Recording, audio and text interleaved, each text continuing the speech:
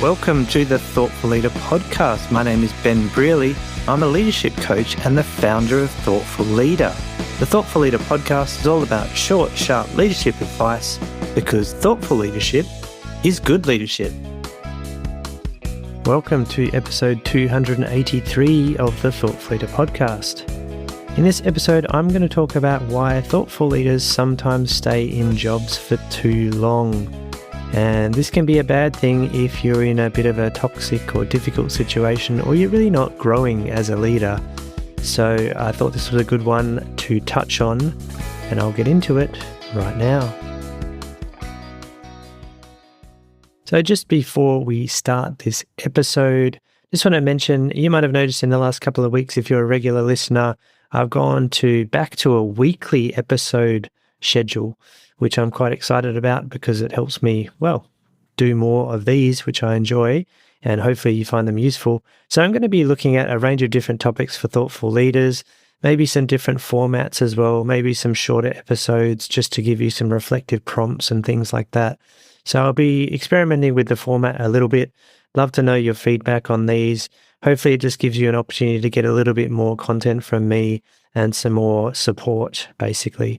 So that's just a bit of a public service announcement before we start this episode, which is all about why thoughtful leaders sometimes stay in jobs for too long. Well, this is a common dilemma, and it's not something I struggled with too much over my career, because what I found was at about the 2-year mark of a job, I would get bored, or I'd think that I wasn't progressing enough and I'd just go somewhere else. And obviously there's a downside to just leaving workplaces all the time as well. But I never really had this issue, but I did work with a lot of people who tended to stick around for too long.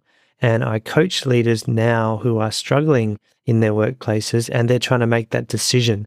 Should I stay or should I go? So I want to give you some ideas and prompts today just to think about, if this is something that you're going through or you have gone through before, just to give you some prompts to think about the situation and try to make a decision and become, at peace with that decision as well. But there's a couple of reasons why I think thoughtful leaders stay in jobs too long. The first one is often they feel very bad about leaving their team, especially if it's a challenging workplace and it's a bit of a struggle and they really like their team. And obviously thoughtful leaders are in general quite people-focused people, and so they care about the people that work for them. So they feel bad about leaving their team, and they stick around because they want to support and shelter their team and protect their team a little bit longer. Now, obviously, that's a noble thing, but it doesn't really help you to make an impact or feel good yourself.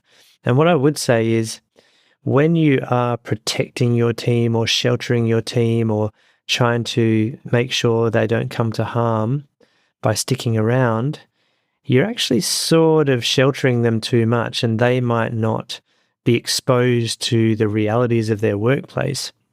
The second thing is you're actually doing yourself a disservice and you're putting yourself under stress and pressure because you're hanging around. And what that can do is build resentment over time because you feel bad and you feel obliged to stick with your team, but actually you're doing that at a cost to your own development or your own well-being if you happen to be in a toxic sort of environment. So that's the first thing I'd note there, if they feel bad about leaving their team. The second thing that thoughtful leaders sometimes fall into, and this is usually when they've had a difficult boss, so they don't get along with their boss might be a bit of a tyrant or a micromanager or someone like that, or toxic as some people call them. And this is where a thoughtful leader feels like, they're not good enough for their current job, so they can't really get another one. They don't feel confident to go for another job. And this is all about self-esteem. So sometimes if you work for a leader who is a bit dominating and quite a difficult personality, it can erode your self-esteem and confidence over time, to the point where if you stay too long, you will feel unable to get another job because you've already been convinced by your current boss and the workplace that you're not very good at your job. Which sort of makes sense, right? If you don't feel like you're good enough for what you're doing right now because your boss has made you feel that way, then you're not really going to jump to another one necessarily because you don't feel like you can do it. So This is a self-esteem challenge, and it can get you into a downward spiral where you get stuck because you don't feel good. So you keep working harder and harder and harder, but your boss, for example, is not pleased with your performance, and you feel insecure about what you're doing, and therefore you don't want to leave. And this is a really tricky one to get out of once you're in that situation, because your self-esteem doesn't allow you to jump to another opportunity. Another thing that I find thoughtful leaders get stuck into sometimes, and they stay in a job too long, is because they want to fix things. They want to fix the workplace because they want people to feel better, they want people to do well, and they want to fix the situation. And this includes bosses. If you've got a bad boss, sometimes thoughtful leaders go, I reckon I can fix this. If I just work differently or work better or change my approach, I'm going to fix that person. Well, the reality is, in my experience, you don't fix anyone, and you just stay there becoming more and more frustrated and unhappy. So don't pretend that you're going to be able to fix your whole workplace just by working harder and, changing your approach to different people. Because sometimes, and if you think about the iceberg model of human behavior, I'll put a link to that in the show notes page, which is thoughtfulleader.com/283. And by the way, on that show notes page, you can also sign up for the Thoughtful Leader newsletter, where you'll get more resources from me every week, and also access to the latest episodes and blog posts and all those sorts of good things as well. And you also get the free Thoughtful Leader survival guide, so you can sign up for that on the show notes page. Once again, thoughtfulleader.com/283. So just going back to the iceberg model of human behavior, which is basically the concept of the tip of the iceberg is what we can observe about people, and beneath the water is where the most of the ice is, and we can't see it directly, but it impacts how we show up every day. So for example, a boss who's a very big tyrant and a difficult boss to work for might actually be very fearful and insecure, and that drives negative behaviors like micromanagement and things like that. So when you look at the iceberg, a lot of the stuff is beneath the surface, and all that stuff is nothing to do with you.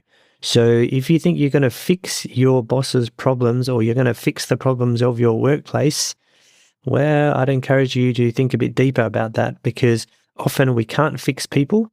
We can only really control how we respond to the situation. Another reason that thoughtful leaders sometimes stay in jobs for too long is they convince themselves that the situation will get better.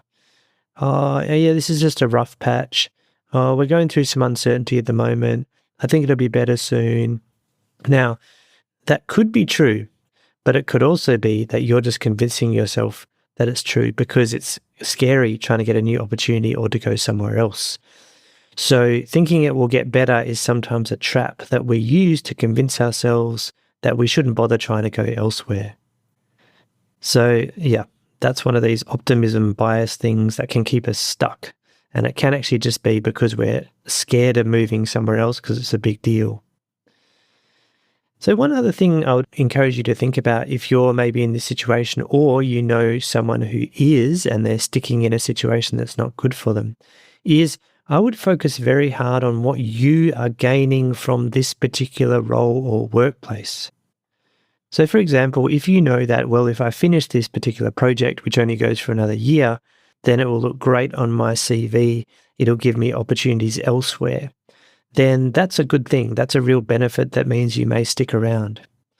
But what else are you getting from this workplace? Are you getting development opportunities? Are you getting the opportunities for promotions? Are you getting exposure to excellent leaders or other people that can help you succeed? So always think about what you're getting from your current opportunity, and is it worth sticking around for? Because sometimes people lose focus of that. They just go through the motions of doing the job without thinking whether they're actually getting anything out of doing this job. And another thing to consider there is the time frame. If I stay for 2 more years, I get access to some sort of qualification or training or promotion. That gives you an end date to aim for. And that means you've got a really good reason for sticking around and staying in the role. So that can be a good way to give yourself a decision point where you go, okay, in 1 year, if I have achieved this thing, I will stay. If I have not achieved this thing, I will leave, for example. Or it may mean you say, you know what, this is a pretty difficult workplace. I'm not really enjoying it, but in 1 year's time, I'll achieve this thing and then I can leave. So have an endpoint is my recommendation there. Now, if some of these things sound familiar to you, I just encourage you to reflect on your situation a bit, thinking about reframing, feeling bad about leaving your team, feeling not good enough for your current job, those sort of things. Have a think a bit more deeply about those sort of thoughts because that sort of thinking can keep you stuck in workplaces. And once you get stuck, and maybe it's a challenging workplace where you're not really developing and you're feeling stressed a lot of the time, your well-being can suffer, but also your self-esteem starts to suffer and you get in that downward spiral and then you're stuck where you are. So I'm not telling you to leave your job. I'm telling you to be intentional about making a decision about if you are getting enough out of your current role, and if you're not, having the confidence and doing the work to prepare yourself to find a different opportunity. So hopefully these sort of thoughts were helpful for you. And yeah, if you've got any questions about this or comments, make sure you hit me up on the contact page of my website, thoughtfulleader.com/contact, that is. And I'll leave a link to that in the show notes page anyway, or you'll be able to see it from there. And I'd love to hear your comments on this, thoughtfulleader.com/283. Leave a comment there so other thoughtful leaders can get the benefit of your wisdom as well if you've been in a similar situation or you've been grappling with this challenge. And while you're there, sign up for the Thoughtful Leader newsletter and get the free Thoughtful Leader Survival Guide if you're not a subscriber already. Okay, thank you very much for listening, and I'll be back next time.